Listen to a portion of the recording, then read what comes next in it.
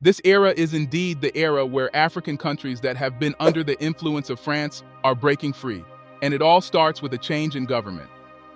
Think about it.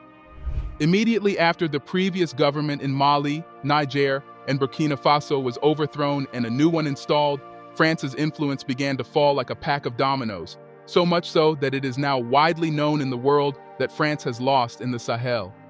Now, while France is dealing with this loss, it just experienced another blow from one of its former colonies, which has had a very stable relationship with France. This country is none other than Senegal. And not surprisingly, the blow comes from the newly installed administration in Senegal. Since its independence, Senegal has maintained a close military, economic, and cultural relationship with France.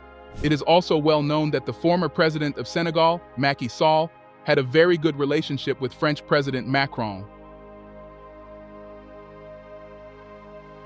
However, the new administration of Senegal, led by President Faye, is looking toward changing this relationship so that Senegal will gain more from it.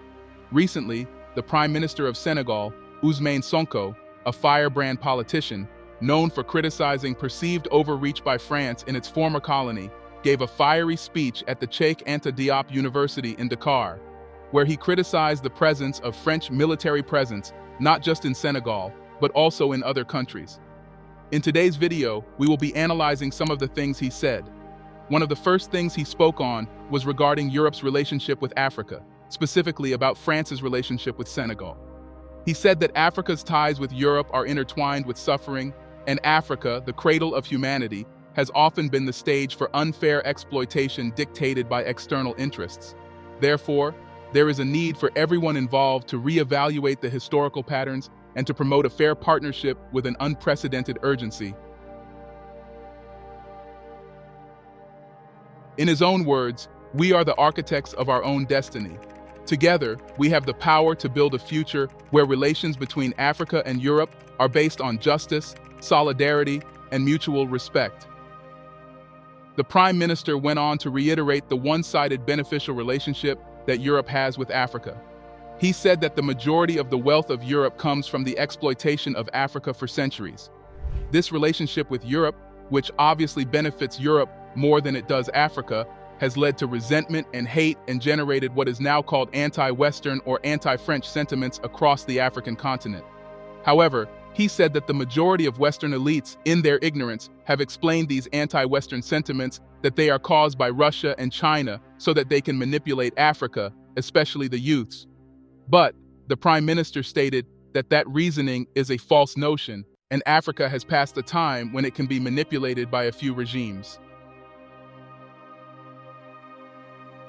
He explained that the anti-Western feelings that have spread across the continent are not new. It has manifested itself several times since independence.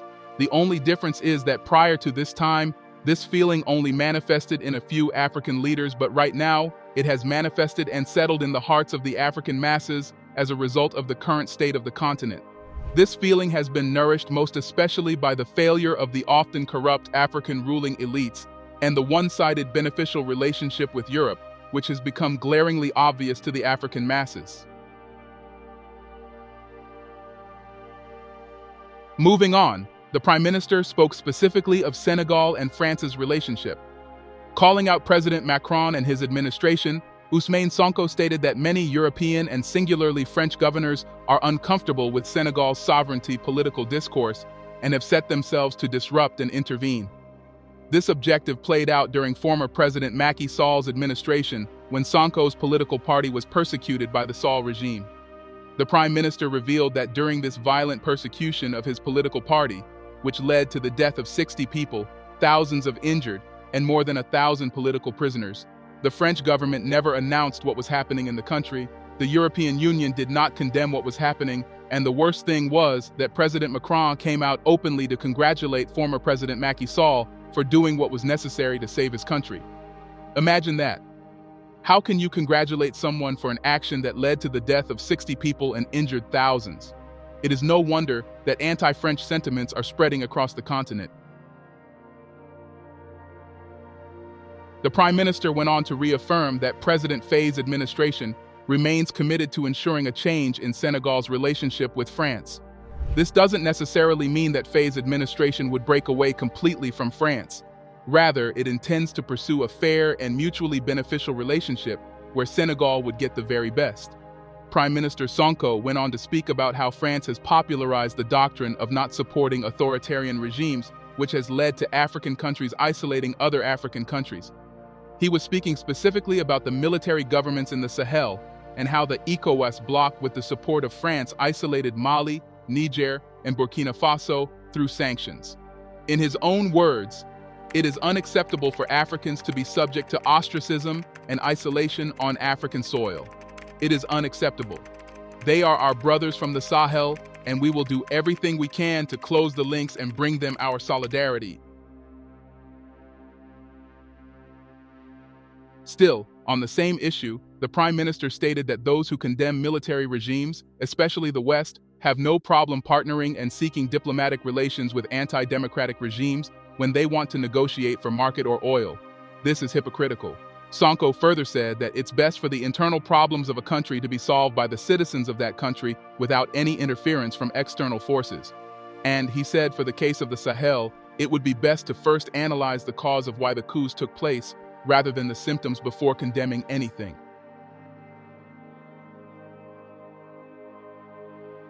Moving on, Prime Minister Sonko spoke about Senegal's monetary policy. Recall that during President Faye's and Sonko's presidential campaign, one of their promises was to break away from the CFA franc and create a new currency. However, in this speech, Sonko proposed something different. He said to boost Senegal's monetary system, Faye's administration plans to restore money to its functions of financing the economy by supplying exports and domestic consumption support for industrial policies. African countries usually borrow in foreign currency, which exposes their economy to market fluctuations. There is no African country that can borrow in its local currency, Sonlo said. He added that this must stop because it is affecting African economies. So Faye's administration has proposed a flexible currency linked to at least two currencies, which is capable of helping to cushion exogenous shocks and supporting Senegal's export competitiveness. Finally, the Prime Minister came to the issue of security and defense cooperation in Senegal, specifically the presence of foreign military bases in the country, which he said raises some legitimate questions. In his own words, more than 60 years after our independence, we must question the reasons why the French army, for example, still benefits from several military bases in our country and the impact of this presence on our national sovereignty and our strategic autonomy. He went on to reference how, on 2 occasions, France refused to entertain the idea of a U.S. military base in the country, and justified the decision by saying that France had the will and right to dispose of a will that is incompatible with a defense organization in which it will be subordinated. Therefore, like France, Senegal has the will and right to dispose of itself, a will which is incompatible with the sustainable presence of foreign military bases in the country. Sonko went on to say that this does not question the defense agreement Senegal maintains with other countries, including the United States, Great Britain, and China. This means that the issue is not the defense agreement with other countries, but rather it is the fact that these agreements have led to the establishment of so many foreign military bases across the continent. In Senegal, the Prime Minister revealed that a third of the Dakar region is currently occupied by foreign military bases. Currently, there are about 350 French soldiers stationed in Senegal, with 260 of them serving permanently. These soldiers have been in the country since 2011, and their primary focus is on providing training to soldiers from neighboring countries. With this recent statement by the Prime Minister of Senegal, it's very possible that in the coming months, these French soldiers will no longer be in Senegal, and the military base will be closed. And it will be very easy because recent reports suggest that President Macron plans to cut down France's already diminished military presence in West Africa, including in Senegal. If this happens, it would further reduce France's diminished influence in the African continent. What do you think? Will Senegal shut down France's military base? Let us know in the comments section below. Don't forget to like, subscribe, and share this video.